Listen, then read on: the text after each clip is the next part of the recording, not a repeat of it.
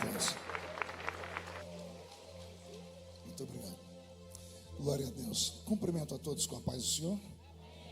Quem está feliz com Jesus hoje? Então encontre uma pessoa bonita do seu lado e dê um sorriso para ela. Eu amo fazer isso. Os crentes sinceros aparecem na hora. Eles não viram o pescoço para lugar nenhum, né? É uma alegria muito grande estar aqui nessa linda igreja, nesta manhã, conhecendo amigos, revendo irmãos. Era um sonho meu, pastor Jaime, conhecer a Assembleia de Deus aqui de Bom Sucesso. E aprove Jesus que antes de eu ir para o céu, conhecia a igreja, né? E estou espantado com tudo que Deus tem feito com vocês aqui. Eu senti Jesus aqui nessa manhã. Quero cumprimentar a pastora Luciene, uma alegria revê-la. A última vez que eu a vi, ela estava em Nova York. Nos esbarramos dentro de uma loja lá perto. Não vou falar, senão o pessoal vai ficar escandalizado. Não era Quinta Avenida, não, era Chinatown mesmo. Uma alegria revê-la. Um abraço ao pastor Anderson, que foi quem buscou a gente no aeroporto. Ele é um cavalheiro, é um gentleman. Cadê o pastor Anderson? Está por aí? Está lá atrás. Um beijo no seu coração, viu? E obrigado pelo café, né? Eu achei que eu ia ter que pagar e ele pagou o café. Deus é fiel na nossa vida, né? Abra sua Bíblia comigo na primeira epístola de São Paulo aos Coríntios, no capítulo de número 2 e no versículo de número 9. Deus está aqui. Só vou pedir uma ajuda à sonoplastia. Minha voz é muito afônica. Se puder me dar um pouquinho de ganho de voz aqui no altar. O sonoplasta, não sei onde você está. Cadê? Vai ganhar um beijo depois, viu? Pelo sorriso ele está carente. Final do culto. Olha, eu nunca vi tanto dente numa boca só, meu Deus. É sério. Depois todo mundo dando um beijo e um abraço nele, tá bom? Pastor Jaime, obrigado pelo carinho, viu? Primeira epístola de São Paulo aos Coríntios, capítulo 2, versículo 9. Quem encontrou, diga amém. Mas, como está escrito, as coisas que o olho não viu e o ouvido não ouviu e não subiram ao coração do homem, são as que Deus preparou para aqueles que o amam. Eu ouvi um amém? Então eu vou ler de novo. Mas, como está escrito, as coisas que o olho não viu e o ouvido não ouviu e não subiram ao coração do homem, são as que Deus preparou para a Assembleia de Deus de Bom Sucesso nesta manhã. Feche a Bíblia, coloque no banco, na cadeira, e com autorização do pastor, pegue na mão da pessoa que está do seu lado a mais perfumada. Porque eu tentei bonito, não deu certo. Perfumado deve ter alguém, né, pastor Ronaldo? Agora, aperte a mão da criatura com carinho até ela falar aleluia. Pentecostal que não faz barulho. Está com defeito de fabricação, não. Vamos orar mais uma vez. Senhor, o anjo da igreja já me colocou nas suas mãos. E a minha oração não invalida dele, ela se soma dele. Antes de ministrar, eu lhe faço 2 pedidos. O primeiro é que o Senhor cerque esta igreja com a sua presença. E que num raio de 5 quilômetros, onde houver um demônio alojado, eu dou a esses demônios segundos para sumirem de bom sucesso. Porque se não sumirem, serão queimados pelo poder da sua glória, que aqui será derramada. E o segundo pedido é que o Senhor envie anjos de fogo aqui nesta manhã. Que eles desçam trazendo brasas de fogo. Que comecem a esparramar estas brasas entre nós. E onde houver um crente cheio do Espírito Santo, pega ele nesta manhã, Jesus, e renova, e mostra o caminho da verdadeira e poderosa adoração. Fala conosco, fica conosco. É o que eu te peço agora e sempre. E toda a igreja diz. Os que podem, tomem seu assento aplaudindo a Jesus, porque Ele é bom, porque Ele é maravilhoso. Me acompanha aqui no teclado o pastor Roberto Marinho.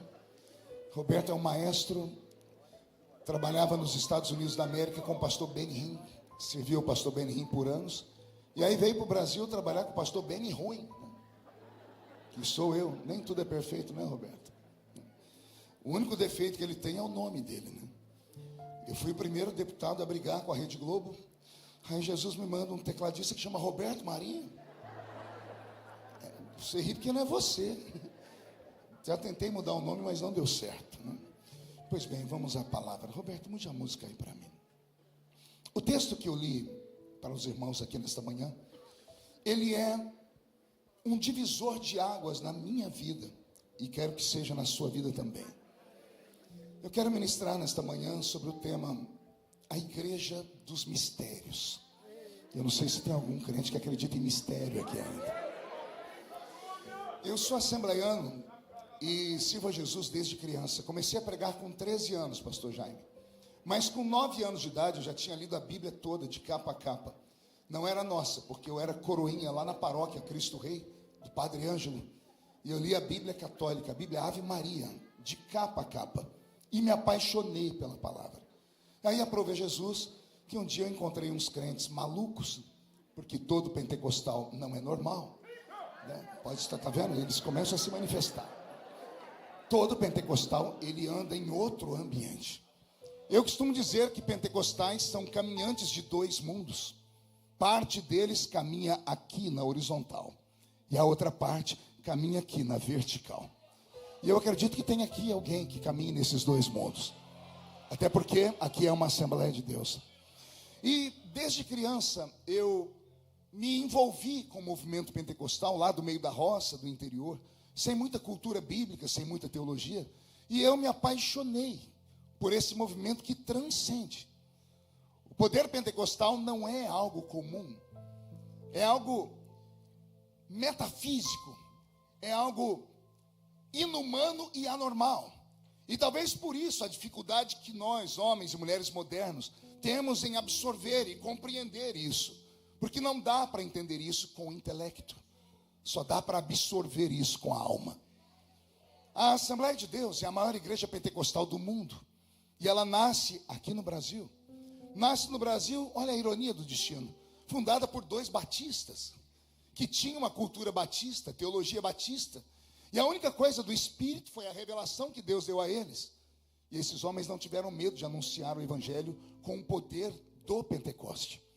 Eu estava pregando no centenário das Assembleias de Deus lá em Belém do Pará, na Igreja Mãe, quando no culto entrou pela porta da igreja 500 irmãos batistas, numa surpresa.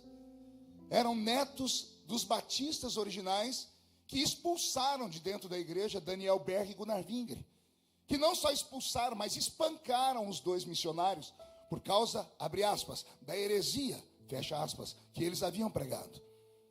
Os irmãos contaram que naquela noite em que eles foram expulsos da igreja, os 2 suecos, no meio do mato, escondidos no meio daquela selva, eles chegaram à seguinte conclusão: viemos para o lugar errado, precisamos voltar, sair daqui porque vão nos matar. Mas naquela mesma noite, enquanto um curava a ferida do outro, no outro canto, numa palafita, numa casa de sapé, havia uma irmãzinha de joelhos dobrados, Celina de Albuquerque, a primeira brasileira que resolveu convidar o Espírito Santo para entrar na casa dela. E é ela que conta, não sou eu, que depois de 4 horas de oração, ela olhou para o teto e o teto sumiu. E ela via bolas de fogo caindo dentro da casa dela. E uma das bolas caiu sobre ela, e ela foi a primeira brasileira a ser batizada com o Espírito Santo. Amanheceu o dia, ela procurou os missionários e começou um pequeno trabalho dentro da casa dela. Essas histórias sempre me fascinaram. Eu tenho aqui hoje a oportunidade, a alegria, a honra de ministrar para um presidente aqui da CGDB, o nosso diretor Ronaldo, e ele pode testificar o que eu vou falar. Se tem uma editora evangélica no mundo que não edita e não publica heresia, é a CPAD. Sim ou não? Então, quem já teve a oportunidade de ler o Diário de um Pioneiro, escrito por Gunnar Wingre ou por alguém que era da família dele, você vai ver lá pela página 74, a pessoa dizendo assim: ele estava pregando em Belém do Pará, quando o Senhor mostrou um homem no meio do culto, e ele não podendo chegar perto do homem, o Senhor disse: estenda a mão sobre ele. E ao estender a mão, ele flutuou no ar. Não sou eu que digo, está escrito no livro. Apesar que a última edição, pastor Ronaldo, tiraram a palavra flutuar e colocaram: ele foi erguido bem alto do chão. Porque flutuar é místico demais. Mas o misticismo faz parte da nossa fé. E da raiz palavra misticismo vem a palavra mistério. E o que é mistério? Se a gente soubesse, não era mistério. Mistério é aquilo que envolve o céu e a terra num namoro eterno. E nós só crescemos nesse país por causa daqueles velhos homens e mulheres que ousaram acreditar naquilo que eles não compreendiam, mas que buscaram intensamente. Eu faço parte aí da quarta geração desses assembleianos. E quando eu coloquei os pés na Assembleia de Deus, no primeiro culto, eu sentei do lado de um rapaz que a cada momento em que o culto ia crescendo, eu ia me afastando dele, porque ele ia ficando muito valente no culto. Ele começou quieto, daqui a pouco ele batia o pé no chão, daqui a pouco ele dava um murro para o ar, daqui a pouco ele fez ihu! Eu falei, esse povo é maluco. Daqui a pouco ele danou a falar uma coisa que eu não entendia nada. No fim do culto eu perguntei para ele se a mãe dele era dona de uma floricultura. E ele falou, por quê? Eu disse, você passou a reunião inteira falando samambaia, samambaia, samambaia. Eu disse, que samambaia é essa? Ele olhou para mim com aquela boca desdentada. Era analfa de pai, beta de mãe. Ele falou para mim, não é samambaia não, eu falo é língua de anjo. Eu falei, mas você é meu vizinho. Eu nem sabia que ele era crente, era um daqueles crentes 007, escondido. Eu falei, mas você estudou comigo, você não deve se lembrar de mim, mas eu lembro de você. Você fugiu da escola, você não sabe falar nem a língua portuguesa direito. Ele disse, pois é, não falo português direito porque eu fugi da escola, mas nunca faltei na aula do Espírito. E eu falei, que história é essa de língua de anjo? Ele disse, está escrito na palavra. Eu disse, eu já li a palavra inteira e não encontrei isso. Ele disse, você não leu direito, está escrito em Atos dos Apóstolos capítulo 2. Eu disse, lê para mim. Ele falou, eu não sei ler, mas pode abrir aí que você vai encontrar.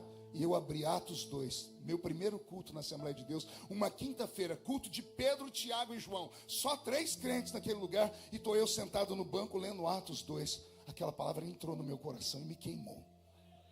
Estavam todos reunidos no mesmo lugar, quando de repente veio do céu um som, como de um vento forte e impetuoso, e encheu a casa onde estavam assentados.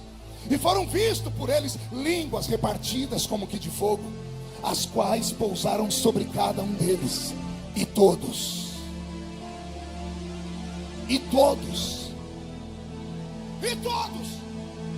foram cheios do Espírito Santo e começaram a falar em outras línguas, conforme o Espírito Santo lhes concedia que falassem. Eu enfatizei a palavra todos, porque em Atos dos Apóstolos, o livro da igreja, da inauguração da nossa fé, da primeira homilia pentecostal, em todos os momentos em que o Espírito Santo desce, ele não segrega, ele desce sobre todos. Quer seja em Samaria, com um diácono pregando, não se escandalize, não era o pastor Pedro, não era o evangelista João, era um diácono chamado Filipe, enviado lá não para fazer culto, para cuidar de órfãos e viúvas, mas ele viu que não tinha ninguém olhando, resolveu exercer o dom. E a Bíblia diz que Jesus começou a curar. Ele então, com medo de ser excluído do ministério, mandou chamar os pastores presidentes. E lá vem Pedro e João. E a Bíblia diz, e Pedro e João, estendendo a mão sobre o povo de Samaria, eles começaram a receber o batismo com o Espírito Santo. E todos foram cheios do Espírito Santo. Pedro é convidado a ir na casa de um tal Cornélio, um europeu da corte chamada italiana. Pedro chega lá na casa do homem e na frente dele não tem uma plateia. Como eu vi aqui o pessoal na hora do batismo, o pessoal dando grito, tem a plateia, torcida organizada. Pedro foi sozinho com 2 irmãos. Entram na casa de Cornélio, lá está um europeu, a esposa, os filhos, um adorador de imagens. E juntos, empregados e os amigos mais particulares. E Pedro começa a pregar. Eu vou deixar o texto falar. Estando eu falando, caiu sobre eles o Espírito Santo. E não conte para ninguém. E todos foram cheios do Espírito Santo. Quer seja em Atos dos Apóstolos, capítulo 19, Paulo entrando em Éfeso, a 3ª maior cidade da Grécia, ele encontra 12 crentes que estão virando uma esquina. Nenhum deles tinha plaquinha, sou crente. Mas o Espírito que estava em Paulo testificou com um deles que eles eram servos de Deus. E Paulo se apresenta a eles, e é interessante a pergunta que Paulo faz àqueles 12 homens: vocês são da Assembleia de Deus? De qual convenção vocês são? Alguém lembra? Não foi isso que ele perguntou? A pergunta dele é estranha. Paulo diz assim: vocês conhecem o Espírito Santo? de Atos 1 até Atos 19, a igreja já tem 20 anos de existência. Quantos anos? O Espírito Santo já estava na terra há 20 anos. Tem uma igreja em Éfeso, mas os crentes não conhecem o Espírito Santo. Quando Paulo ouve isso, ele percebe por que aquela terra era dominada por demônios. Por isso a carta aos Efésios, uma carta de habilidades espirituais, de batalha espiritual, de guerra espiritual contra demônios, contra as seclas do inferno, contra seres que não possuem corpo, mas se apossam de corpos, contra seres que se alimentam de obra de feitiçaria. E é Paulo que vai desafiar aqueles crentes a crerem no Espírito Santo. E a Bíblia diz, e Paulo, impondo a mão sobre todos, e todos foram cheios do Espírito Santo. Entendeu por que eu enfatizei a parte de todos? Porque quando a igreja nasceu, o Espírito Santo descia sobre todos. E por que o senhor está falando isso, pastor? Porque nós estamos num culto de Santa Ceia. Se fosse um culto de velório, eu entenderia o seu silêncio. Se fosse um culto de derrota, eu entenderia essa sua cara feia. Mas é um culto de vitória. Sendo um culto de vitória, por que você não consegue abrir a boca nem para respirar? Ah, pastor, porque eu sou uma pessoa delicada, equilibrada, estudada, e eu não me deixo levar pelas emoções. Pobre de você. Que pena eu sinto de você, que acha mesmo que por causa da sua cultura, o seu intelecto, o seu dinheiro, a sua riqueza toda, você é melhor do que os demais. Ah, já sei, você é daquela leva de pessoas que dizem assim, o Espírito Santo só desce lá na congregação não sei o nome. É só lá onde tem aquela irmãzinha lá do coque, que só tem 2 dentes na boca, o zagueiro e o atacante. É só lá que Deus desce. Aqui ele não pode descer. Ah, seu preconceituoso infeliz. Pastor Jaime talvez não vai me deixar vir aqui mais, mas eu vou falar para você uma coisa. Não fale daquilo que você não entende. Não fale daquilo que você não teve a audácia nem a coragem de buscar. Não fale daquilo que você não sabe, porque a presença do Espírito Santo não é dada para o intelecto. Ela é dada para o coração. O Espírito Santo não vai descer sobre aquela irmã porque ela é analfabeta e vai descer sobre aquele outro por causa disso, daquilo, não. Ele não escolhe mentes, ele escolhe pessoas necessitadas. Aquele que pede, recebe. Aquele que bate a porta se abre. Aquele que procura, acha. E eu queria saber se tem uma assembleiano raiz aqui. É isso aí. É disso que eu estou falando. Por que o medo? Por que a vergonha? Por que não sermos mais fervorosos? Ah, pastor, é porque tudo muda. Com o tempo, o espírito da música muda. Nós temos agora mais worship, não temos mais aqueles forrós lá da época de antigamente. E você acha mesmo que o Espírito Santo se move pelo ritmo da música? Você acha que quem traz o céu para a terra é o poder da bateria? É o poder da guitarra? Não, é quem está louvando que traz o céu para a terra. Quem traz o céu para a terra é esse irmão que está do seu lado aí, que já ele vai descruzar a perna, vai descruzar os braços. Se Deus quiser, eu tenho fé que ele vai pegar esse chiclete que ele está mascando e vai engolir. Porque se tirar da boca, vai ser tentado a colar na poltrona. E a poltrona foi comprada com dízimo, com oferta. E aqui não é lugar disso. Eu tenho fé que ali na galeria, já olhei umas 3 vezes, tem um casal ali se pegando, já deram 3 beijos. Eu tenho certeza que eles vão entender que aqui não é a casa da mãe Joana, que aqui ainda é a terra do Deus eterno, e que aqui ele ainda opera. Eu estou com a minha barba arrepiada. O Senhor está aqui. Se pegarmos aqui alguns pastores mais antigos e dermos o microfone para eles, falar assim, conte para nós como era antigamente, o culto ia ficar saudosíssimo. E vocês iam ver ele falar assim, Jesus batizava com o Espírito Santo, era no hino 15 da harpa. E por que será? Será que era por causa da sanfona e do pandeiro? Não. Quando entrávamos dentro de um santuário, a gente tirava as alparcas dos pés. O que faz o lugar ser santo não é aquela placa bonita que tem lá fora, é uma presença invisível que está aqui dentro. Só que essa presença invisível que está aqui dentro é extremamente equilibrada, é extremamente ordeira e é extremamente educada. Você não percebeu, mas quando você atravessou uma dessas portas, ele estava lá. Ele quem, pastor? O Espírito Santo. E ele olhou para você e disse para ele mesmo, quem sabe é hoje. Quem sabe é hoje o que, pastor? Quem sabe hoje ela volta a fumegar como antes. Quem sabe ele hoje resolve dar lugar como antigamente. Quem sabe hoje ele esquece um pouquinho do anel de formatura e lembra lá do lugar que ele veio. Lá quando naquele culto de domingo à tarde, ou de segunda-feira à tarde, daquela consagração, aquela irmãzinha veio falando toda errada, dizendo: assim diz o Senhor, vou eu te dar, vou eu te levantar, vou eu te erguer, vou eu te abençoar. Aí Jesus te abençoou, te deu tudo, e agora você está usando um terno da Yves Saint Laurent. Agora você entra aqui falando: how are you? Agora você vem num carrão importado e diz: eu não sou mais crente, menino. Não tem a ver com meninice, tem a ver com uma quebra de contrato, com uma quebra de aliança. Você esqueceu o que é esse lugar. Não, aqui não é um teatro onde você aplaude quando gosta e vai quando não gosta. Aqui não é um cinema onde você tem direito a escolher o filme que quer assistir. Aqui ainda é Betel. Aqui ainda é a casa de Deus. E eu estou com meu corpo todo arrepiado. O Senhor quer te incendiar desta manhã de novo. Ele quer que esta Santa Ceia marque um divisor de águas antes e depois. Você não pode sair por aquela porta do jeito que você entrou. Você vai levar fogo para sua casa nesta manhã. O Senhor vai reacender a chama da sua família. O Senhor vai devolver o poder da santidade. Vai haver um avivamento em bom sucesso. E o diabo que se lasque no inferno.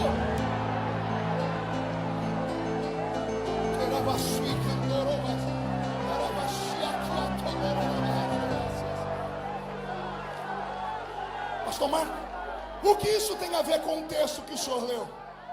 Tudo. As duas cartas de Paulo à igreja de Corinto não são cartas de ensino, são cartas de memórias. Fazia 20 anos que Paulo havia plantado aquela igreja, a igreja de Corinto. Diga comigo, a igreja de Corinto. Meu sonho de consumo, pastor Soares, eu queria pastorear uma igreja como a de Corinto. Pergunte por quê? Só falo se todo mundo perguntar. Pense numa igreja onde os crentes eram tudo virado no giraia. Como assim, pastor? Imagine você congregar numa igreja onde todos os crentes eram possuídos pelo Espírito Santo. É difícil entender, né? Então vamos praticar. Não estamos mais em bom sucesso, estamos em Corinto. E eu tenho uma palavra para você: cuidado. Pergunte por quê? Esse crente da esquerda aí, ó, é profeta. O da direita, ele interpreta a língua estranha. O que está atrás de você tem o dom de operação de maravilhas. O que está na sua frente, cuidado, ele tem o discernimento de espírito. A turma da galeria lá tem os dons de curar os enfermos. Aquela outra turma tem o dom de interpretar as línguas estranhas. Pense numa igreja tomada pela presença do Espírito Santo. Era a igreja de Corinto. A única igreja do mundo onde o pastor foi obrigado a dar o seguinte ensinamento: irmãos, todos podem profetizar, mas cada um a seu tempo. Por quê, pastor? Uma igreja educada? Não, um começava a profetizar ali, o outro ficava animado e começava a profetizar ali. Aí está ouvindo dois, tem um terceiro profetizando. Imagina que maravilha de culto era essa. Os crentes transcendiam, romperam a barreira, entraram no mundo sobrenatural. É para a igreja de Corinto que Paulo dá o seguinte ensinamento: quando vocês se ajuntam, nada acontece. Mas quando vocês se ajuntam, uns têm salmos e outros têm testemunho, palavra e louvor. Aí Paulo diz: vocês saem da terra e entram nas regiões celestiais. Aqui está o segredo. Os crentes modernos dizem assim: o pastor tem que ficar feliz porque eu pelo menos fui à igreja. Querido, entrar na igreja não é mérito para ninguém. Eu sou da roça, vai perdoando aí meu português. Lá no interior a gente diz assim, fizemos uma piada: por que que o cachorro entrou na igreja? Quem sabe a resposta? Porque a igreja estava aberta. Ora, até cachorro entra na igreja. O problema não é entrar na igreja, o problema é entrar no culto. Vou falar de novo. Entrar na igreja qualquer um entra, agora acessar o culto não é para qualquer um. É assim que se acessa o culto, é abrindo esses lábios. Os nossos pais nos ensinaram. Os nossos pais faziam tanto barulho que foram homenageados e eternizados no louvor. Onde está aquele povo? Era isso que nos movia. Pastor, mera emoção? Não, transcendência. Céu caminhando com a terra. Comedores de arroz e feijão que no culto arrancavam um maná do céu. Gente que podia até ter um plano de saúde, mas acreditava em Jeová Rafá, o Deus que sara todas as doenças. Gente que, embora indicada para ir dar queixa lá na 5ª DP, ou na 25ª DP, ouvia do pastor: dá queixa na nossa delegacia. Qual é o nome da delegacia, pastor? Círculo de oração. Oh, Jesus amado. Alguém é dessa época? Ah, no interior, eu era criança, estava num culto de domingo, a irmã Maria mandou um bilhete para o público, quero dar um testemunho. E o pastor disse: vamos ouvir a irmã Maria. A irmã Maria não olhou para a igreja, olhou para o círculo de oração, falou: minhas irmãs, estou aqui para agradecer a oração de vocês, Deus fez um milagre. A igreja queria saber que milagre. Ela disse: pois é, fui mandado embora do meu emprego e o doutor Roberto não me pagou nada. Aí eu fui falar com o pastor, eu tinha como ir na justiça comum e tinha que falar com o meu pastor, porque eu li lá que não podia levar irmão à justiça, uma coisa assim, eu não entendia. E o pastor disse: se tu crê, leva para o círculo de oração e dá queixa lá. Eu levei o bilhete. A irmã que pegou o bilhete não sabe ler nem escrever, mas ela colou o bilhete no joelho e ela orou. Irmãs, eu estava essa semana em casa dormindo, 3 da manhã, bateram a porta. Eu abri a porta, doutor Roberto, o olho inchado, dizendo assim: Maria, quanto que eu te devo? Pô, doutor, tá tarde, amanhã a gente vê isso. Não, Maria, quero te pagar agora. Por quê? Porque eu quero dormir, Maria. Mas o senhor não está dormindo por quê? Que jeito, já tem umas 2 semanas que eu viro para cá, uma voz fala: paga Maria, senão não vai dormir. Eu viro para: paga Maria, senão não tem sono. Paga Maria, senão não tem sono. Eu fui criado nesse ambiente. Aí alguém olha para mim e sempre me pergunta assim: como é que o senhor aguenta? Porque tudo comigo vai para o Jornal Nacional. Ah, porque não é você, Bocó. Eu sei as lutas que eu passo. Aí alguém fala: como é que o senhor aguenta? Para mim é tão simples. Os meus pés, assembleianos, fincados numa rocha. Os meus olhos viram a glória de Deus. Eu era cortador de cana de açúcar. Morava em 2 cômodos com 12 pessoas. Minha mãezinha faleceu em fevereiro agora, sem saber ler e escrever. Aí eu me converto numa igreja maluca, cheia de mistérios. E me aproximei do círculo de oração. E as irmãzinhas falavam para mim: Jesus tem uma obra na sua vida. Jesus pode te levantar, Ele pode te levar pelo mundo inteiro. O que é que eu faço? Elas buscam. Eu falei: aonde? No joelho. Quantas vezes? Até o joelho calejar. Aí eu me tornei um jovem estranho na igreja. Eu era chamado de termina com rodinhas. Eu era o famoso espalha rodinhas. Eu chegava no grupo de jovens, iam saindo e me deixavam sozinho. Por quê? Porque achavam que eu era santarrão. Meus apelidos eram fanático, santarrão e o mais ofensivo, piolho de igreja. Eu ia para o mato orar, lá no meio da montanha, e falava: Deus, por que eu não posso ser um rapaz normal? E o Senhor dizia para mim: porque um dia os normais vão querer ser como você. Hoje, com 52 anos, quando eu estou na minha casa, faz fila lá, meus amigos chegam lá com a bicicletinha barra forte deles, sem dente na boca, carecas, perderam os cabelos, não tem mais nada na vida, e diz assim: ô doutor, o senhor pode orar por mim? Eu falei: doutor não, eu sou o Marco. Não, Deus te exaltou. Eu falei: me exaltou, podia ter exaltado você também. Aí eles abaixam a cabeça e dizem: por que eu não te acompanhei? Por que eu não subi o monte para orar também? Porque ao invés de eu ir lá naquele lugar jogar bola, eu não tirei um minutinho com você para aprender Bíblia como você fazia. A vida é feita de decisões e escolhas.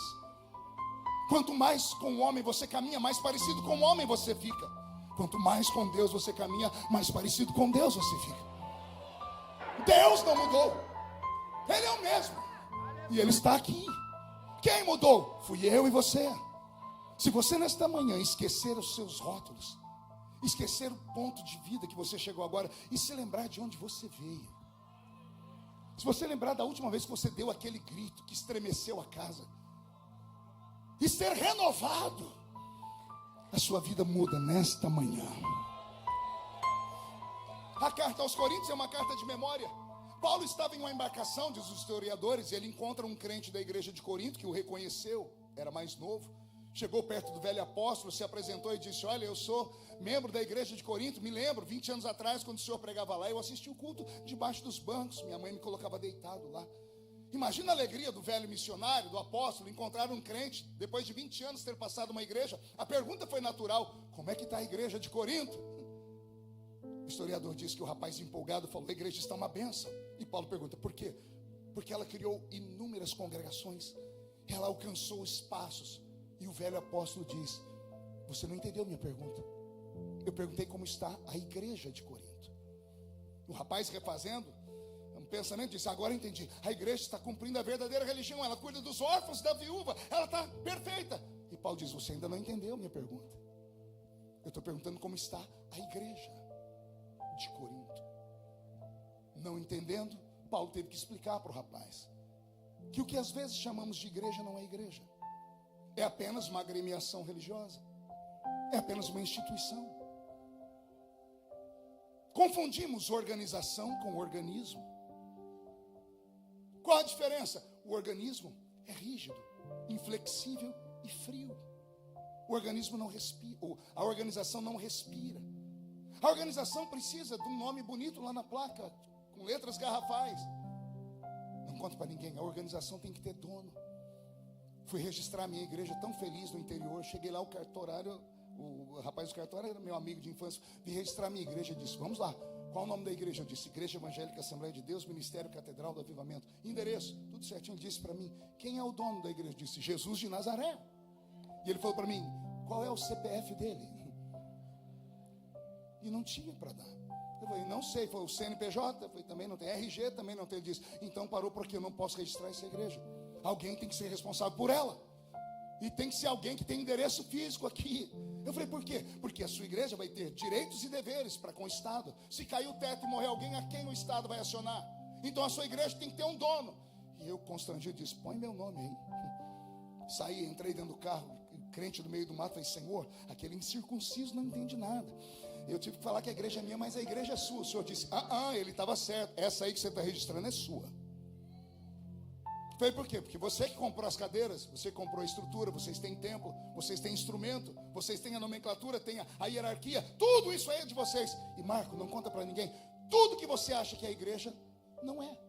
Porque quando a trombeta tocar, os bancos não sobem, a tribuna não sobe, os instrumentos não sobem, os títulos não sobem. Eu falei: quem é que sobe? O Senhor disse: o organismo. E eu falei: e quem é o organismo? O Senhor disse: o organismo é a verdadeira igreja. A verdadeira igreja tem outro nome, Marco. Eu disse: qual? Aqui é Marco, ali é Jaime, aqui é Roberto, ali é Ronaldo. Qual é o nome da sua igreja de verdade aí? É para esta igreja que Jesus disse: as portas do inferno não prevalecerão contra ela. Pandemia, quantas igrejas faliram? Vamos catalogar um monte. Não faliu nenhuma igreja, faliram as organizações. Porque a igreja continuou. Nosso levita, que está com uma gravata linda, que eu estou cobiçando essa gravata desde a hora que eu cheguei. Isso é sério, ele não parece levita, ele parece um manequim de vitrine de shopping center. Ele cantou para nós aqui: nada parou a igreja. O Coliseu, os leões, o comunismo. Não tem demônio no inferno, não tem homem na terra, não tem anjo no céu capaz de parar a igreja. Não tem Zé Pilintra, Zé Pilantra, Exu Caveira, Tranca-Rua, Preto Velho, obra de feitiçaria, nada para a marcha da igreja. Por quê? Porque ela é lavada no sangue do Cordeiro, e ela tem o nome escrito no livro da vida. Quem tem o nome escrito no livro da vida aqui? Deixa eu fazer uma pergunta bem pentecostal. Se a trombeta do arrebatamento tocar agora, e daqui dessa multidão só 2 subirem, um sou eu, quem é o outro? Vem comigo, deixa eu ver. Então reage, pelo amor de Deus.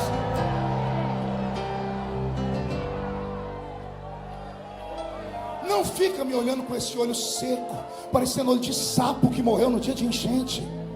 Você, assembleiano, não fique o culto com essa boca travada. Segura aí, essa boca de aço, essa língua de ferro e esse queixo de concreto. Não, pastor, isso aí é coisa da roça. O senhor veio da roça, acabou de dizer. Eu vim, mas não estou mais lá, viu? Eu me comunico em 3 idiomas, escrevi mais de 20 livros. Eu preguei em quase 100 países do mundo, em mais de 4.700 municípios do Brasil. Estou no meu 4º mandato como deputado federal, conselheiro de presidentes. E daí, pastor? E daí que eu sei colocar cada coisa num lugar. Quando eu chego aqui, o deputado fica lá em Brasília. Aqui é o menino da Vila Tatu. É o que chegou na igreja e ouviu o camarada falar samambaia, samambaia, samambaia. E alguém pergunta para mim, qual é o seu segredo? Simples, eu nunca deixei um bombeiro do inferno apagar a chama que está aqui. Não importa onde Deus me leve, não importa onde Deus me coloque, a minha casa ainda é um estabelecimento sagrado. A minha família é batizada com o Espírito Santo, e eu sou assembleiano até o tutano dos meus ossos. E não me envergonho do Evangelho de Cristo, porque ele é o poder de Deus para a salvação de todo aquele que nele crê.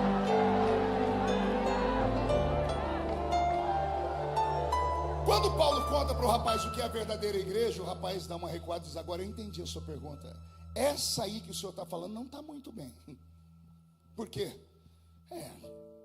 Ela não é mais pura como antes. Ela não é mais santa como antes. Imagina um pastor que fundou a igreja. Como assim? O rapaz falou assim, olha, eu vou contar para o senhor, mas é da vergonha. A igreja de Corinto comete um pecado que nem o ímpio consegue cometer. Não tem nome para o pecado. Como assim? Tem um moço na igreja que ele está dormindo com a mulher do pai dele. Isso não seria incesto? Seria se fosse mãe biológica. Mas o pai era divorciado ou era viúvo, casou de novo com uma novinha. O pai ia trabalhar, o garoto dormia com a mulher do pai. Mas pior do que isso é que todo mundo sabia. E pior do que todo mundo saber é que ninguém fazia nada. E aí você vai estudar os livros lá com os judeus, os messianos, você fica escandalizado. Você descobre que o rapaz era filho de uma pessoa muito rica e importante da igreja, cujo dízimo sustentava metade do ministério. Então ninguém tocava para que o dízimo não fosse perdido, diluído. Então, em nome de toda a estrutura, eles ofenderam a única pessoa que não podiam ofender, que é o Espírito Santo. Aleluia. É com temor e tremor que eu digo isso, porque Paulo vai ensinar sobre o Espírito Santo aos Coríntios. Ensinar não, lembrar a eles quem ele é. Ele vai dizer, é ele que opera tudo em todos. É ele que traz o céu, é ele que dá os dons, é ele que purifica, é ele que revela. E daí, Paulo? E daí que se a gente ofender ele, a gente pode expulsá-lo. Já leram isso na Bíblia ou não? É Paulo que grita, não extingais o Espírito. Sabe o que é extinguir? É fazer com que ele desapareça. Como assim um ser humano de carne e osso, com a vida tacanha, fazer desaparecer uma entidade divina? Sim, porque ele é santo. E ele só desce onde há santidade. O símbolo dele, quando veio sobre o nosso querido Nazareno, foi em forma corpórea de uma pomba. Sim ou não? Por que pomba? Por que não uma águia? A águia sim, é um animal a ser exaltado, admirado. Voa alto, enxerga longe, abre as asas, se renova numa batida contra a penha, quebra as unhas, se esconde por 30 dias e renova por mais 30 anos. Eu conheço crente águia, tem hinos sobre a águia, tem livros sobre a águia. Você chega nos gabinetes pastorais, tem o símbolo de uma águia. A gente não vê o símbolo de uma pomba. Eu conheço crente águia, eu nunca ouvi falar, aquele crente é um crente pomba, ó. Não tem. O próprio diabo arrastou a pomba lá para girar no inferno. Por que o Espírito Santo vem em forma de uma pomba? A pombinha é a única ave do mundo que não tem fel no estômago. Ela não mata. E o fel seria para diluir os ossos e a carne em estado de putrefação que as aves de rapina comem, incluindo a poderosa águia. Ele veio sobre Jesus em forma corpórea de uma pomba porque Jesus era puro, santo. Ele veio em Atos 2 porque a igreja estava em santidade. Ele veio nos ambientes que as pessoas queriam, estavam buscando uma mudança de vida. Será que só eu tenho saudade daqueles cultos onde Jesus curava espontaneamente? Nossos crentes, quando querem ver curas, é claro que toda regra tem exceção, mas precisam ligar no culto do Valdemiro ou do R.R. Soares. Quando querem ouvir um testemunho de milagres, tem que ligar em outros lugares. Mas nós somos assembleianos. Nós somos a raiz do Pentecoste. Nós somos a igreja do movimento pentecostal. Herdamos isso lá da Rua Azusa, com Seymour, que recebeu os missionários batistas e que mandou eles em oração, buscarem. E aos 2 orando, levanta um profeta dizendo: tem um lugar para enviar vocês, o nome da cidade é Belém. Os suecos vão procurar no mapa mundi, tem 2. Uma está lá no Oriente Médio, tomada por muçulmanos. Se entrar lá, morre. A outra ficava numa terra tupiniquim, no meio do mato, chamada Brasil. O Senhor escolheu essa nação. O mundo espera uma resposta desta nação. Eu estou pregando em uma igreja que tem temor a Deus, eu sinto isso. Estou pregando em uma igreja que tem fome desta presença e desta palavra. Pastor, o que é que a gente faz? É só incendiar. A receita é antiga, não tem que inovar nada, é só dar glória. Não, você lembra quando você entrou no primeiro culto, você falou: o que é aquilo ali? É batismo com o Espírito Santo. Alguém disse: quer receber? Quero. Então dá glória. Aí você fazia o quê? Glória. E a pessoa diz: continua. Quanto? Até a língua enrolar. É glória, glória, glória, glória, glória, glória. O pastor falou 3 glórias aqui, 3 glórias ali. Eu queria falar 3.000 glórias aqui, 3.000 glórias ali. E essa igreja vai subir até a presença do Eterno. Eu creio no poder desse grito, no poder desta adoração, no poder desta entrega. Quando Paulo percebeu que a igreja havia perdido a pureza e a santidade, isso aconteceu porque a falta do temor levou o Espírito Santo a sair dali. Paulo dá um ensinamento nos 3 capítulos que eu cito, 11, 12, 13, vou citar o 4 e o 14 da primeira carta de Paulo aos Coríntios. Eu vi aqui o nosso professor da escola dominical com uma habilidade tão linda. Um dia, se puder, com o pastor Soares dizendo: estude esses quatro capítulos e faça um estudo para a igreja. Porque só conhecemos capítulos porque os nossos pais que separaram em números, era só uma carta, uma sequência. O capítulo 11, Paulo lembra como é o culto. Ele diz: o culto não é normal, porque os anjos estão aí com vocês. Sim ou não? As mulheres se guardem, porque os anjos estão aí dentro da igreja. Será que tem um anjo aqui dentro? Só 4 acreditou? A Bíblia diz: o anjo do Senhor acampa ao redor daquele que o teme e o livra do mal. Se é verdade, para cada crente aqui tem um anjo aqui em cima. Vamos imaginar? Eles não estão aqui em cima. Fazendo o que, pastor? Batendo papo. Tem anjo que nunca mais se viu. O meu anjo mesmo encontrou com o seu, falou: oh, você está aqui? Estou. O que você está fazendo? Estou cuidando da Feliciana. É fácil? É nada, eu estou cheio de esparadrapo aqui. E você? Eu estou cuidando daquela querida ali. E aí, como é que está? Deus tem um plano na vida dela. E daquele, Deus ainda tem algo no ministério daquele homem. E daquela, Deus tem algo. E o que está acontecendo? Depende deles, não depende dele. Por quê? Porque Deus não age, Ele reage. Como assim? A primeira ação é sua, a primeira atitude é sua. É você que tem que pedir, é você que tem que buscar, é você que tem que querer. E o que é que eu faço, pastor? Chame a atenção de Deus. É fácil, isso é claro que é fácil. Alguém aqui já participou daquele culto que você falou assim: o que eu vim fazer hoje aqui? Aqui não tem, só na minha igreja que eu pastorei. O que eu vim fazer hoje aqui? Aquele culto pesado, travado, carregado, nada funciona. Aí de repente lá atrás, geralmente vem do fundão, vem um grito: glória! A igreja reage assim, ó. Sim ou não? Todo mundo olhou para a criatura. Por quê? Ela chamou você pelo nome? Não. E por que você olhou para ela? Aquela que ela falou é glória para você? Não. Ela falou glória para quem? Para Deus. Agora imagine, se ela chamou a sua atenção, imagine Deus sentado num trono. Eu escutei um grito. Tem alguém clamando. Deus tem quase 8 bilhões de criaturas para cuidar. Você tem que chamar a atenção dele. Jó falou assim: provoque o seu Criador. Deus está procurando aqui alguém que possa provocá-lo nessa noite, nesta manhã. Como é que eu provoco Deus? Sei lá, pula, grita, planta bananeira, sai correndo, se joga debaixo do banco. Pastor, mas o que a pessoa do meu lado vai falar? Essa pessoa não paga suas contas, ela não morreu na cruz do Calvário por você, ela não tem milagre para te dar, mas Ele tem. É só isso. Capítulo 11, Paulo fala: se o culto tiver certinho, os anjos estiverem aí, ele parte para o capítulo 12. vai estar entre vocês uma outra presença, é o Espírito Santo. E é Ele que opera tudo em todos. E Ele desce com presentes. Ele desce com um armário. No armário tem 9 prateleiras. A chave para abrir a porta desse armário chama-se batismo com o Espírito Santo. Não entendeu? Vou falar de novo. Vocês se ajuntam, nada acontece. Uns têm salmos, outros têm louvores, palavras. Aí o culto começa a engajar. A gente sai da terra. Nós começamos em bom sucesso. Nós já estamos entrando no átrio. Eu quero chegar no Santo dos Santos. Estamos no átrio ainda, mas já saímos da terra. Ao sair da terra, Jesus deu aos pentecostais uma chave.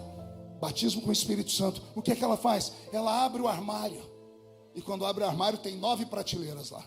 9 dons sobrenaturais. 9 dons espirituais. Se a igreja tiver esses dons, a gente vira o Rio de Janeiro de cabeça para baixo. Imagine esta igreja que tem conhecimento, tem gente importante. Imagine se esse irmão que tem conhecimento é importante se tornar um canela de fogo também. É ruim essa palavra, né? Pois eu vou insistir, porque eu sou da roça. Canela de fogo, sim, Senhor. O diabo não respeita o seu diploma. Isso eu aprendi com o pastor José Bispo dos Santos, que só tinha 2 dentes na boca também, o zagueiro e o atacante. Ele dizia: o diabo não respeita o seu diploma, não respeita o seu dinheiro, mas ele respeita um crente cheio do Espírito Santo. Você crê nessas loucuras? Com autorização do pastor Jaime, levanta a mão direita para o céu comigo, chacoalha ela assim, coloca no ombro do seu irmão e agarra ele com carinho e respeito. Se ele achar ruim, fala assim: o médico falou para não contrariar o pastor Marco, passou dos 50. Agarrou a pessoa, agora chacoalha ela até ela ficar irritada. Isso, sacode ela. Ó, tem gente que nem para me obedecer presta, ó, raça ruim. Agarra a pessoa, chacoalha. Diga assim para ela: Deus te trouxe aqui para isso. Sacode ela, sacode, diga: para isso Deus te trouxe hoje aqui para te dar um sacode nesta manhã. Deus vai sacudir a sua casa, o seu ministério, o seu trabalho, a sua família, o seu filho, o seu neto, o seu primo, o seu tio, o seu avô, a sua avó. Deus vai sacudir, bom sucesso. Deus vai sacudir no Rio de Janeiro. Deus vai sacudir o Brasil.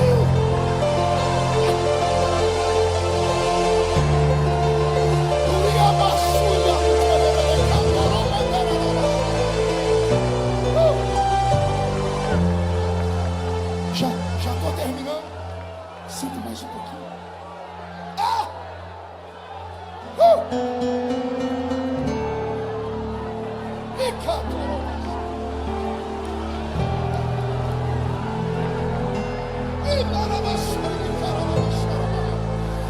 Jesus, onde houver um crente batizado com o Espírito Santo, renova ele nesta manhã.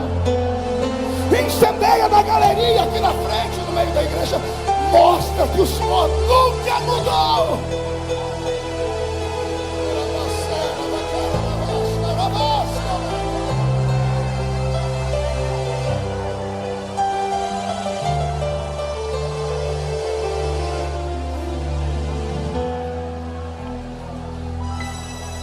Esta é a Assembleia de Deus. Esta é a Assembleia de Deus.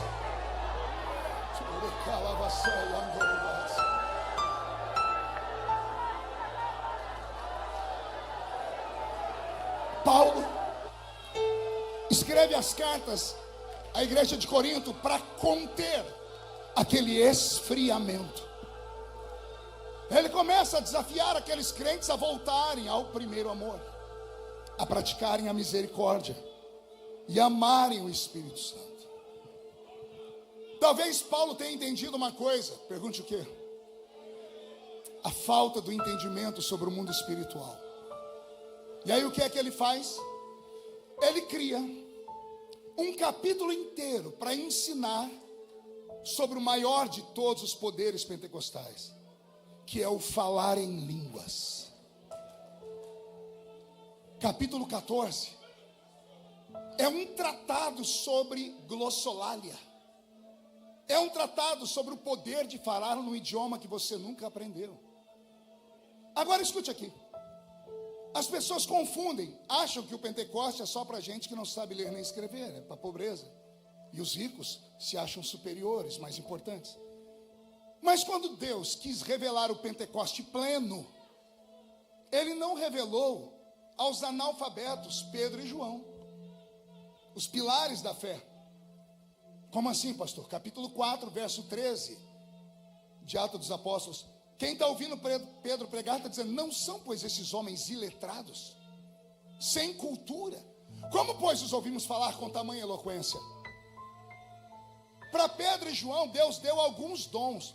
Aí para Paulo, que o meu levita também aqui hoje disse que era um homem que tinha dupla cidadania. Paulo era um erudito. Paulo entrou em Atenas, a capital intelectual do mundo antigo. Chegou a ele lá, um homem de 1,5 metro de altura, uma cabeça desse tamanho, calvo por natureza, há quem diga que era manco de uma perna e caolho. Olha só, você ainda se acha feio. Na carta aos Gálatas, ele diz aos irmãos: o amor que vocês têm por mim é tão grande que vocês tirariam seus olhos e me doariam eles.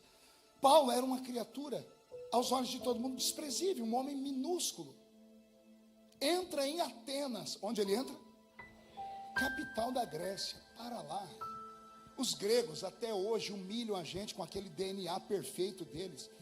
Passa um homem bonito na rua, até as nossas irmãs ficam oriçadas dizendo: lá vai um Deus. Ah, Deus grego. Por que será? DNA diferente. Os gregos eram bonitos por natureza. Está achando que eu estou falando muito? Digita aí panteão dos deuses gregos. Por favor, não se assuste. Você vai ver Zeus, um peito desse tamanho, uma barriga de tanquinho igualzinha do pastor Jaime, um queixo quadrado, viril segurando um raio na mão. Vai ver as deusas da Grécia: Artemis, Diana, Afrodite, a deusa do amor, todos perfeitos. Aí entra naquele lugar um ser arrastando uma perna. Ele vai andando e o povo vai dizendo assim, procurando uma madeira. Passa Paulo perto daquelas mulheres, aqueles homens, aquelas beldades. Eles procuram uma madeira e dizem: isola. Alguém tem teorias. A mãe dele jogou pedra na deusa. Para nascer desse jeito, o pai não deu sacrifício a Zeus. Aí entra o Nanico na cidade de Atenas, a capital intelectual do mundo antigo. Na avenida da adoração, a primeira imagem, imagem de Zeus, 10 metros de altura, de um Deus com um peito desse tamanho, uma barriga de tanquinho, segurando um raio de ouro. E embaixo, Deus dos deuses. Era para qualquer paroleiro, pregador ir embora. Não, Paulo. Ele avança na avenida, ele encontra a imagem do irmão de Zeus, Hades, uma espécie de morte como a foice. Ele não se dá por vencido. Ele acelera, encontra Poseidon, rei dos mares, uma espécie de sereia, meio homem, meio peixe. Ele atravessa mais um pouquinho, a imagem de Hércules, Teseu. Ele encontra a imagem de Diana, Afrodite, Hera, Hermes, Apolo. Todos os deuses da Grécia tinham um altar. Ele não se dá por vencido. O Nanico vai até o último altar da avenida. Aí ele chega no último altar que não tem imagem de nada. Ele olha e diz: aqui eu vou amarrar meu burro. Senhoras e senhores atenienses, vi eu o tamanho de vossa fé nos deuses. O medo que vocês têm de desagradar algum fez vocês erigirem um altar a um Deus que vocês não conhecem, ao Deus desconhecido. A oração chegou até ele, viu? Porque eu sou o sacerdote do Deus desconhecido.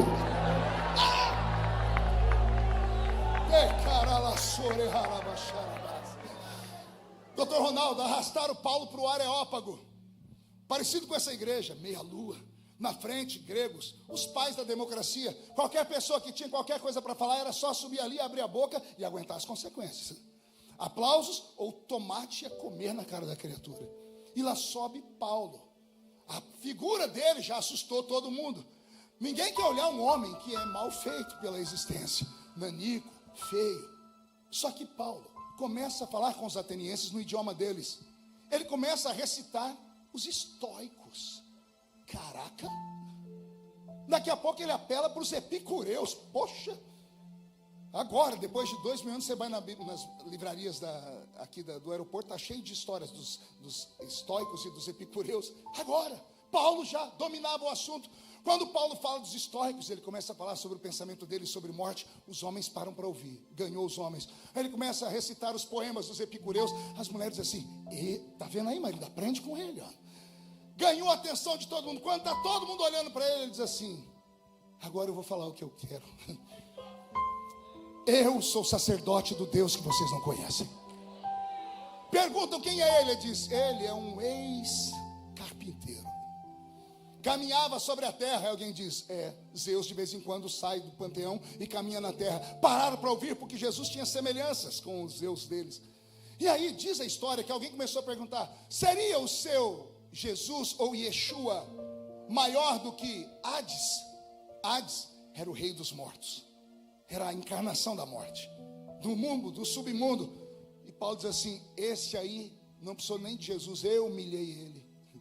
Como assim, Paulo? Estava pregando lá em Corinto, eu sou pequenininho, botaram uma caixa, eu subi, estou pregando, eu olho lá na porta, quem está lá no culto? Hades. Os gregos: como assim? Hades estava lá no culto, olhando assim para mim, fazendo.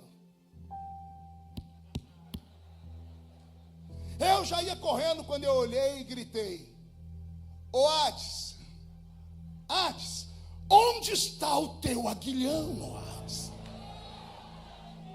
Ó morte, onde está o teu aguilhão? Travada foi uma batalha na cruz, e a vitória foi de Yeshua, o meu Deus. Ô Paulo, seria o seu Yeshua maior do que Poseidon, o Deus dos mares? Ele diz assim: eu tenho um amigo, chama Pedro. Pedro diz que um dia eles estavam lá e Poseidon querendo derrubar o barco deles. Se atracaram no mastro porque eles enxergaram no meio das águas e acharam que era Poseidon. Teve um que achou que era Iemanjá. Gritou: olha lá, um fantasma. Aí o fantasma disse assim: sou eu. E Pedro falou: se és tu, me mande ter contigo. E Yeshua falou: vem, Pedro. E os gregos: e o que é que Pedro fez? Pedro deu um salto do barco e pisou em cima de Poseidon. E saiu pisando em cima do rei das águas, dizendo que Yeshua é maior do que o rei das águas. Para passar a régua e fechar a conta: ô Paulo, seria o seu Yeshua maior do que Zeus, o Deus dos deuses da Grécia? Onde é que ele mora? Ali, ó. Os gregos eram tão egoístas que o céu deles ficava lá no país deles, no alto de uma montanha, Monte Olimpo. Daí a palavra Olimpíada, que também é invenção deles. Os gregos não eram normais. E está lá o panteão dos gregos. Quem mora lá? Zeus. De lá ele governa a terra. Eu imagino Paulo dizendo: vocês têm certeza que ele mora ali? Mora. Então ele não chega nem aos pés do meu Jesus.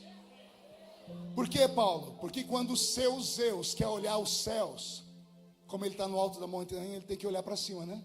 Sim, o salmista disse assim, que ele, quando quer olhar os céus, ele se inclina. Não entendeu? Vou desenhar para você. Zeus ficava ali no panteão, pertinho da terra. Quando Zeus, o Deus da Grécia, queria olhar os céus, ele tinha que olhar para cima. Jesus, quando quer ver o mesmo céu, ele olha para baixo, porque ele está acima do céu, das estrelas, das galáxias. Ele está acima de todo o potentado. Foi assim que o apóstolo convenceu os homens e as mulheres de Atenas a crerem no poder de Yeshua. A guerra foi terrível.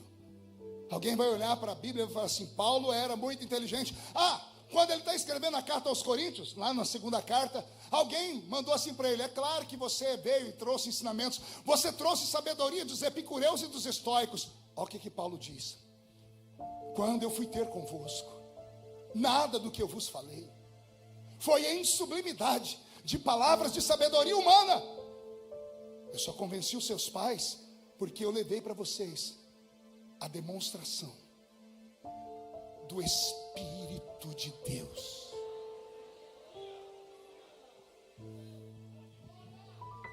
Eu sou assembleano, pastor Jaime, e de vez em quando eu sinto saudades. Eu choro sozinho. Viajando pelo mundo hoje, parece que eu não prego mais para uma igreja viva. Tem lugares que eu estou pregando para homens e mulheres que ficariam melhores como figurantes daquela série da HBO chamada The Walking Dead. Zumbis, mortos que caminham, pessoas que vêm ao culto porque não tem um lugar melhor para ir, ou coisa pior, viciaram em estar na igreja, mas não sabem o que estão fazendo aqui. Jogam seus corpos pesados na cadeira, esperam que o pastor seja uma espécie de mágico, onde ele use palavras mágicas e tenha uma varinha na mão, onde ele bata 3 vezes e diga, abracadabra. E não é assim que acontece. Dia desse participei de um debate, alguém perguntou, como é que o senhor se sente pertencendo a uma geração de pastores que não tem unção? Eu falei, ô seu atrevido, por que você está falando isso? É porque na minha época bastava o pastor dar a paz do Senhor e o céu desabava. Eu falei, eu também sou dessa época. Eu lembro uma vez eu estava lá em São Paulo, no Anhembi, o pastor Gesiel Gomes foi pregar. Foi logo que a igreja começou a passar pela transição de pular, bater palma. Ele chegou, estava aquele movimento todo, ele dobrou o joelho, ficou ali orando o culto inteiro. Quando chamaram ele para pregar, ele levantou e catou a cadeira. Saiu andando com a cadeira à igreja, ficou quieto. O que esse homem vai fazer? Ele jogou a cadeira no meio do povo.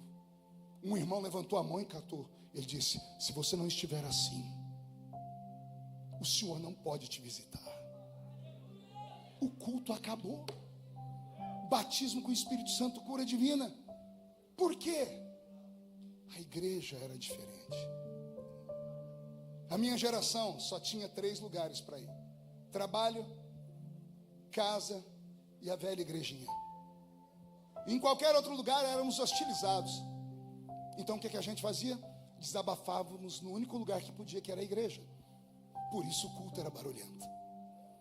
A gente chorava na igreja, a gente gritava na igreja. E Jesus se compadecia. E o céu ficava baixinho. Hoje você está pregando, os crentes estão te olhando, cruzam as pernas, põem a mão no queixo e ficam filosofando o culto inteiro. To be or not to be, that's the question. Ser ou não ser? Será? Deixa eu procurar aqui com o chat GPT. Deixa eu ver o Google aqui. O que diz o filósofo fulano de tal? A pessoa leva 20 dias para voltar na igreja. Você vê a pessoa está estranha, o que é que foi, irmão? Nossa, eu estou lembrando daquele culto de 20 dias atrás. Era tudo verdade. Aí o irmãozinho simples fala assim, você levou 20 dias? Naquele dia eu já pulei com um pé só. Por quê? Porque eu não fiquei questionando, nem filosofando. Alguns crentes vêm para o culto usando uma toalha nova. Sabe o que é isso? Não? Eu, jovenzinho, começando a pregar pelo Brasil, que época difícil. Toda casa que a gente ia, os irmãos tinham um quartinho do profeta. Ninguém mandava a gente para o hotel. Lá no quartinho do profeta tinha uma cama, uma moringa d'água e a toalha nova estava em cima da mesa, da cama. A toalha, e em cima tinha um sabonete Palmolive. Lembrou, né? A toalha era toda bordada, linda, cheirando naftalina. O irmão tinha casado em 1500. Ele deixou a toalha para o pregador. A gente ia tomar banho. Como é que se enxuga com a toalha nova? Para onde você passa, ela empurra a água. Já tem parafina naquela porcaria. Você vai para cá, a água vai para lá. Ela não puxa, ela não absorve nada. Os crentes estão assim hoje. Eles se vestem de uma toalha nova. O céu desaba, nada cola neles. Cai e respinga para tudo quanto é lado. Eles não absorvem nada. Uma geração rasa. Uma geração que não quer mais ouvir pastores de verdade pregar. Querem ouvir pregadores jovenzinhos, bonitinhos, com a perninha cruzada, óculosinhos assim, e dizendo, lindo, fofinha. Querem autoajuda. A minha geração não foi ensinada assim. Nós nunca trouxemos autoajuda. A gente sempre trouxe a ajuda do alto. Já estou encerrando. É no capítulo 14 que Paulo vai sistematizar a teologia das línguas. E ele faz uns ensinamentos que tem que ter exercício mental para entender. Ele vai dizer assim, quem fala em línguas não fala a homens, senão a Deus. Por quê? Porque em mistérios fala com o Criador. Só Deus entende. Ele acha que vai parar por aí. Alguém pergunta, mas explica mais. Ele diz, quem fala em línguas, a mente fica sem fruto, porque não entende o que está falando. Mas o seu espírito ora bem. A gente fala em línguas. Paulo chegou à conclusão que quem está falando em línguas não está falando, está orando. O meu espírito ora bem. Então quer dizer que quando eu falo em línguas eu estou orando. E o que é uma oração? É um pedido, é um clamor. Aqui vai uma resposta para você. Por que você acha que nos últimos 15, 20 anos chegou às nossas portas o suicídio? Crentes com depressão profunda, síndrome do pânico. Eu estava no Mato Grosso pregando, falando sobre depressão. O pastor pediu o microfone e falou: aqui nas nossas congregações temos catalogados mais de 250 crianças mutiladas, filhos de crentes, filhas de senhoras do círculo de oração, se cortando, mordendo a mão, ansiosos, perdidos, completamente possuídos por algo que ninguém consegue explicar, senão pelo fenômeno da maior doença do século, que é a depressão. Eu enterrei um filho na fé meu co-pastor de 33 anos, pregou uma mensagem no domingo, o céu desabou na igreja. Na terça-feira ele pulou de uma ponte de 100 metros de altura. Foi o pior velório que eu fiz na vida. Eu olhava para ele no caixão, fiquei tão passado que eu conversava com ele. E eu ficava falando com ele com raiva: por que você não me contou? Por que você não me procurou? Sempre fui seu pai, seu amigo. Por que guardou para você? Por quê? Por quê? Por quê? A sepultura não pode falar. Pastor, o que isso tem a ver com línguas estranhas? Paulo diz que quem fala em línguas, fala em mistérios. O que é mistério? É aquilo que ninguém sabe. Minha esposa é psicóloga, aprendi nos livros dela. Um psicólogo, para ter sucesso, ele tem que ter pelo menos 10 sessões, senão não tem como funcionar.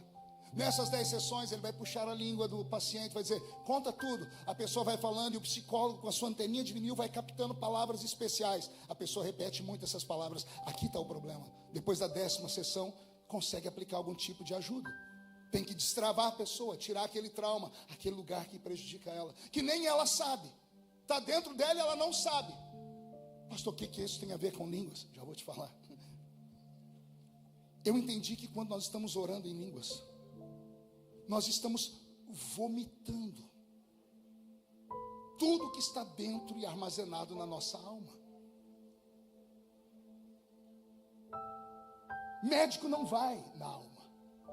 Rivotril, Lexotan não vai no espírito. Só a palavra vai na divisão da alma e do espírito. Quando você começa a falar em línguas, é como se você subisse ao céu. Por gentileza, o senhor vem cá, rapidão, vem cá, rápido.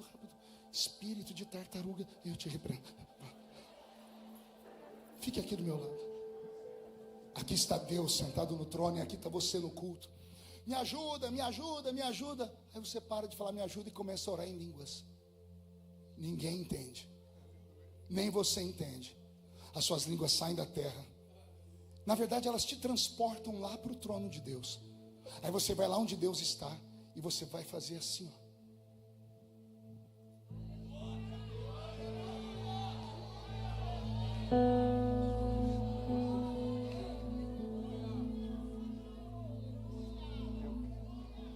Alguém escutou o que eu falei para ele?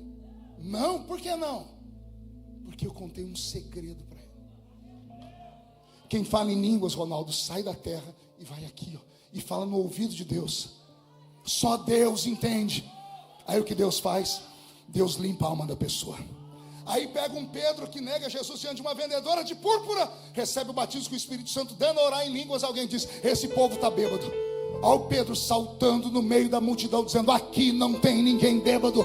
O que está acontecendo aqui é o que foi dito pelo profeta Joel, que disse: nos últimos dias, diz o Senhor, derramarei do meu espírito sobre toda a carne, vossos filhos e vossas filhas profetizarão. Que mudança é essa de um homem que tinha medo e agora prega para uma multidão? Pedro destravou quando orou em línguas. Obrigado. Termino aqui. Eu estava em casa um dia desse assistindo um filme de um filme de ação de um oriental. Não sei muito o nome dele, não sei se é japonês. Esse aí, Jack Chan. É pura palhaçada. Ele bate em 500 pessoas sozinho. Ele bateu nos 500 sozinho. Ele tudo vira arma na mão dele. Mas ele cansou. Aí ele pegou e bateu num soldado e catou a metralhadora dele. Ficou o exército na frente dele com as mãos levantadas e ele, só precisava disso. Um soldado percebeu que ele segurava a arma de maneira errada. Foi se aproximando dele, ele disse: para, senão eu atiro. E o homem não parou: para, senão eu atiro. E Jack Chan puxou o gatilho e não saiu balas. O homem tomou a metralhadora dele, destravou a arma e fez e apontou para o Jack Chan, que acabou preso. Aí o homem disse para ele uma frase: do que adianta ter uma arma poderosa se você não sabe usá-la? Pegou aí ou não? Eu falava hoje para o Anderson, o crente entra na igreja, se converte, busca o batismo com o Espírito Santo, e todo mundo busca, aí recebe, não sabe o que fazer com ele. Aí fica o culto inteiro olhando, de vez em quando fala, glória. A coisa está tão brava, que até o batismo com o Espírito Santo mudou o rumo. Eu estava num culto um dia desse, um rapaz lá, mascando chiclete, e ele começou a falar em línguas. No fim do culto ele falou para mim, ô pastor, pega leve, cara. Eu disse, por quê, cara? Porque Jesus me batizou com o Espírito Santo falando em línguas, cara. E eu falei, então eu sou um completo idiota mesmo. Você vai estar no culto amanhã? Eu disse, amanhã eu estou aí. Eu falei, senta na minha frente, porque eu quero ver esse fenômeno e eu vou usar você de exemplo, contar para o mundo inteiro que eu estava errado. E ele não veio, com aquele cabelo que parecia que a vaca tinha dado uma lambida por cima, aquela roupa, aquele balangandã. Ele sentou na minha frente e quando o fogo desceu, eu liberei aquela palavra pimenta, curtinha e quente, e ele danou a falar em línguas. Disse, eu preciso ouvir essa língua. Eu fui perto dele, botei meu ouvido na boca dele, e a língua dele era assim, ó, glu, glu, glu, glu, glu, glu, glu, glu. Eu botei a mão na cabeça dele e disse, espírito do peru, eu te repreendo. É sério. Perdemos o contato com o que é sobrenatural. O diabo está transformando as línguas estranhas em piada na internet. E os nossos filhos comendo essa porcaria de internet. E pior, debochando dos cultos pentecostais. Debochando do que não entendem. Se eu, que sou ser humano, fico triste, imagina aquele que provoca o movimento. Que nesta manhã o Senhor te encha do Espírito Santo. Paulo vai ensinar, vou dar o último ensinamento para ver se vocês aprendem. Fala, Paulo, porque até agora eu não entendi nada. Ele fala, quem fala em línguas edifica a si mesmo. O que é edificar? Compre um terreno, levante os alicerces, constrói a parede e daqui a pouco você tem um prédio. Paulo está dizendo, quando você começa a falar em línguas, você edifica a si mesmo. Você vai crescendo como ser humano. Você vai tendo contato com aquilo que transcende, que é sobrenatural. A sua mente vai a lugares que você jamais imaginou. É um poder sobrenatural que nós temos e não podemos perder. Eu preguei agora 5, 6 semanas atrás no 117º aniversário da Assembleia de Deus no Macapá, lá no estado do Amapá. E o pastor me deu uma revistinha com a história da igreja. A primeira página está lá, a irmã Raimunda, primeira crente batizada nas águas do estado do Amapá. Uma índia, no meio do mato, analfabeta. Quando ela saiu das águas, saiu falando em línguas.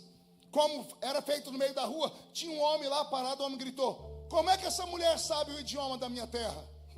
E o pastor disse, qual é a sua terra? Ele disse, eu sou judeu.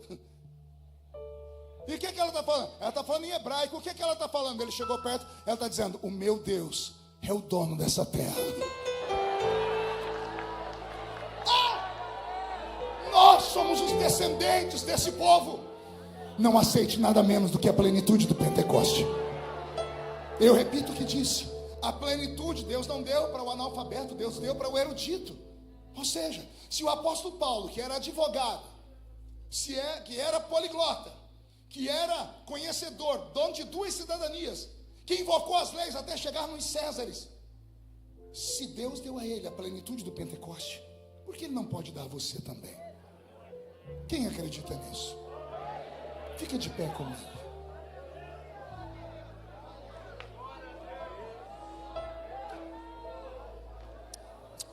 Pode fechar os olhos por um minuto? Pastor Jair, para concluir, eu posso fazer uma chamada? Talvez ninguém vai vir, mas eu passei da fase de ficar preocupado se as pessoas vão acreditar ou não no que eu falo. Eu vou fazer um convite nesta manhã. É um só. Eu queria convidar homens e mulheres que tenham a coragem de dizer, eu já fui melhor. Eu já fui mais crente. Eu já acreditei mais. Eu queria orar com quem foi batizado com o Espírito Santo e nunca mais falou em línguas. Eu queria orar com quem já profetizou e nunca mais profetizou. Com quem tinha sonhos. Com quem sonhava com obra missionária.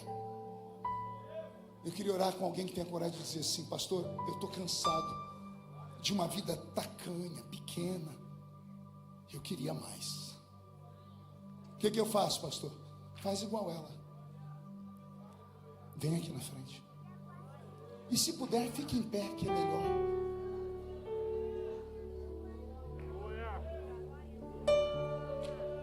Tirando a sua candoro, vai achar a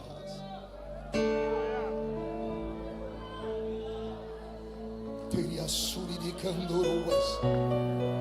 Ternai andrevele candoruas suri de caravas. Garabiana sui andorovica. Tereves nargi andorovanara suri.